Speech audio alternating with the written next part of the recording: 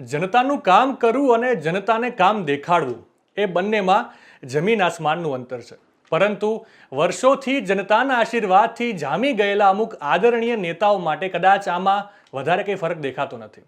સરકારમાં કાર્યરત કોઈ નેતા છ વખતથી સાંસદ તરીકે ચૂંટાતા હોય અને તેમને પાછી ખબર હોય કે પોતાના મત વિસ્તારમાં ક્યાં ગેરકાયદેસર કામ ચાલે છે અને તેમ છતાં પણ એ ગેરકાયદેસર થતા કામને રોકવા માટે સાંસદને ટ્વીટ કરીને જે તે અધિકારીનું ધ્યાન દોરવું પડે એ રાજનીતિ સમજતા કોઈ પણ વ્યક્તિને અજુગતું લાગે અને થોડું હાસ્યાસ્પદ પણ લાગે.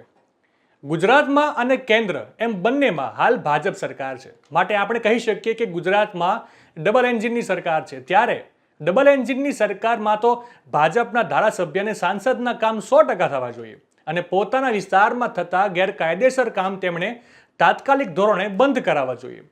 ત્યારે ભરૂચથી સાંસદ મનસુખ વસાવાએ એક ટ્વીટ કર્યું છે, જેમાં તેમણે ગેરકાયદેસર થતા કામને રોકવા માટે સરકારી અધિકારીનું ધ્યાન દોરવા કહ્યું છે. મનસુખ વસાવાએ ટ્વીટમાં લખ્યું છે કે ઝઘડિયા તાલુકાના રાજપારડી નજીક પડવાણિયા પંચાયત ડમલાઈ ગામે છેલ્લા એક અઠવાડિયાથી સિલિકા તથા અન્ય ખનિજની ચોરી રાત્રિના 50 થી 60 ડમ્પરો દ્વારા થાય છે, જેના કારણે સરકારનું લાખો રૂપિયાનું નુકસાન થાય છે. આ ખનિજ ચોરીમાં ઝઘડિયા પ્રાંત મામલતદાર, ખાણ ખનિજ વિભાગ, પડવાણિયા પંચાયત, રાજપારડી પોલીસ સ્ટેશનના અધિકારીઓ અને કર્મચારીઓની મિલીભગતથી બેફામ પ્રકારે ચોરી થાય છે. આ બાબતે તાત્કાલિક ધોરણે ચોરી અટકાવવા હું જવાબદાર અધિકારી ઝઘડિયા પ્રાંતનું ધ્યાન દોરું છું.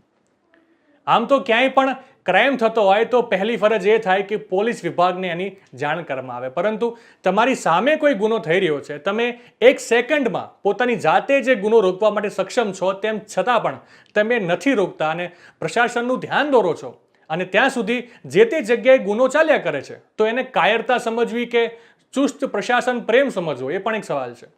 મનસુખ વસાવા 6 વખતથી ભરૂચથી સાંસદ છે, ત્યારે તેમના પોતાના મત વિસ્તારમાં થતા ગેરકાયદેસર કામ તેઓ તાત્કાલિક ધોરણે ગમે ત્યારે રોકી શકે છે.